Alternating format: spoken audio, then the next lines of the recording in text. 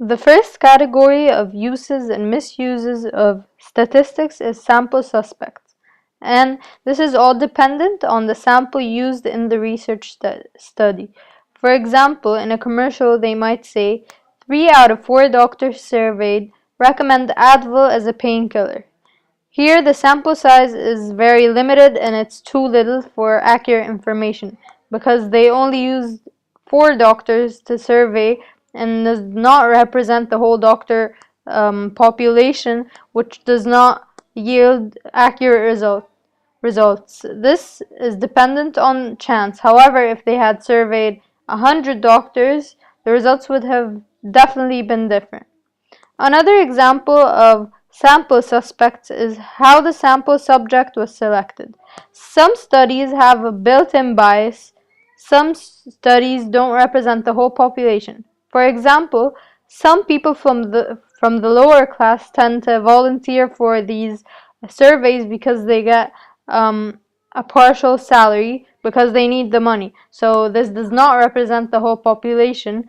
And another is a long time ago they used to survey men and not women because of discrimination at the time, which also did not represent the whole population. The last example is convenience sample. This is mostly used when surveying students. This mostly happens when they survey students in high-class schools because it's easier for them to access, which does not represent the whole student population because they didn't survey the lower-class schools. Sample suspects are examples of misuses of statistics because the samples used in the research study, such as the sample size and how the sample subject was selected, and convenience sample, are all misleading towards the statistics people want to know. They're either using too little people to survey, or it does not represent the whole population. 2 out of 3 athletes recommend Nike footwear. Go buy your Nike right now.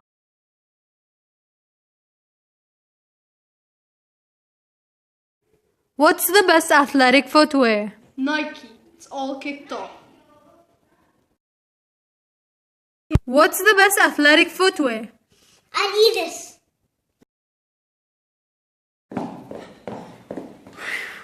What do you want? What's the best athletic footwear? Nike all the way! The second category of uses and misuses of statistics is ambiguous averages, and in this case, it's a misuse of statistics. There are 4 measures of averages: mean, median, mode, and mid-range. Each of the 4 measures can turn out to be completely different, although they are all about the same dataset. This is a way where people, without directly lying, select the measure of average that would strengthen their argument the most and leave out the rest. For example, if the mean and the mode of a dataset a group of people are using supports what they are saying, they would include those 2 and leave out the median and the mid-range. And in this way, this is an example of ambiguous averages. Another type of statistical distortion is changing the subject, and this is when different values are used to represent the same data. For example, saying that the company is increasing the worker's salary by 5% has the same value as saying the company is increasing the worker's salary by $500. The $500 here are the 5%, but the way it was said completely changed how it was perceived by the people. $500 seemed much more than 5%.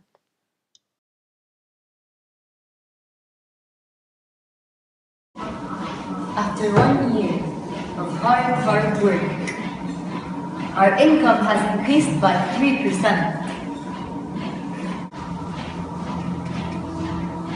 After 1 year of hard work, our income has increased by $6 million. The same is applied to the previous example. So one of them said the income increased by 3%, and the other said our income was increased by $600 million. In this case, the different values changed to represent the same thing, but the audience felt that the $6 million, which was a much larger number, while in the end they were both the same. And this represents changing the subject for the distortion of statistics. The fourth category of uses and misuses of statistics is implied connections, which means that some claims try to indicate connections between variables that may not actually exist. The first example is, eating fish may help to reduce your cholesterol. The words may help indicate that there is no guarantee in the liability of what is being said. Another example is, studies suggest that using our exercise machine will reduce your weight. Here the word suggest is used, and again there is no guarantee that you will lose weight by using the exercise machine advertised. Other words that are used to imply connections are some, suggest, some people, and might help. So basically, implied connections means that they are indicating connections that are not even there by using words such as may, suggest, and so on to create something that is not true to help advertise their product.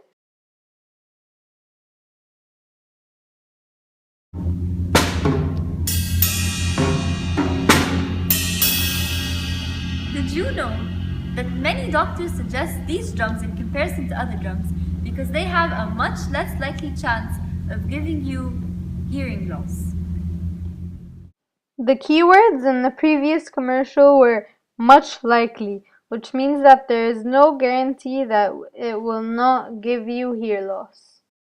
Detached statistics is another type of misuses of statistics, and here it means that there is a claim made without a comparison. So, for example, our brand of crackers has 1/3 fewer calories.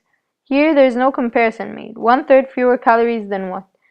In this case, they are trying to advertise their product and sell it to everyone, so the audience believes whatever they want to believe. 1/3 fewer calories than chocolate, and whatever they can imagine. So they just put this claim to just try to convince their people when there's nothing behind that proof, because there is no comparison made.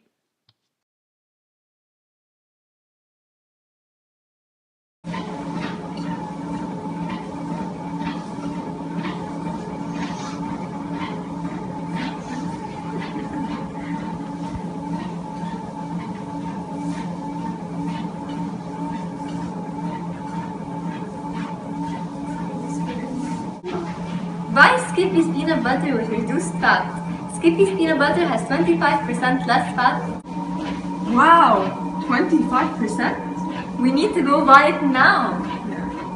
Wait, 25% less than what? In the commercial, they claimed that their peanut butter had 25% less fat to convince the people, but again, this is an example of detached statistics because the 25% less fat is not compared to anything else. Misleading graphs. Statistical graphs usually give a visual representation of the data that enables viewers to analyze and interpret data more easily than simply looking at the numbers. However, misleading graphs are graphs drawn inappropriately that can misinterpret the data and lead the reader to false conclusions.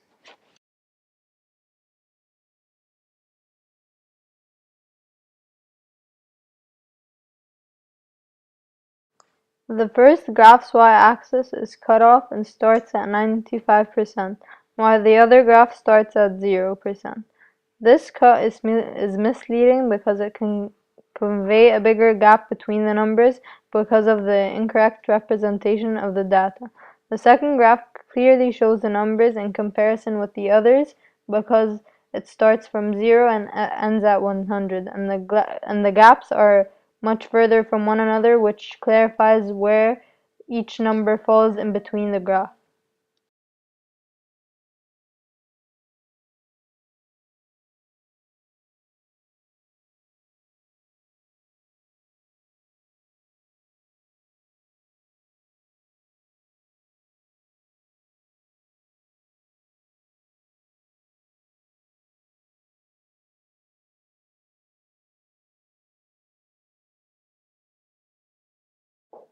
Faulty survey questions are also a distortion of statistics which leads to the misuse of statistics. When analyzing the results of a survey using questionnaires, you should be sure that the questions are properly written, since the way that the questions are phrased can often influence the way people answer them. For example, 1. Do you feel that AIS should build a new gym? Of course, the answer would be yes. However, if you would have asked the students, do you favor increasing school taxes so that AIS would build a new gym, they would definitely say no. So both survey questions are targeting the same intentions but are asked differently, which varies the way the people will answer. It is all dependent on how your questions are phrased.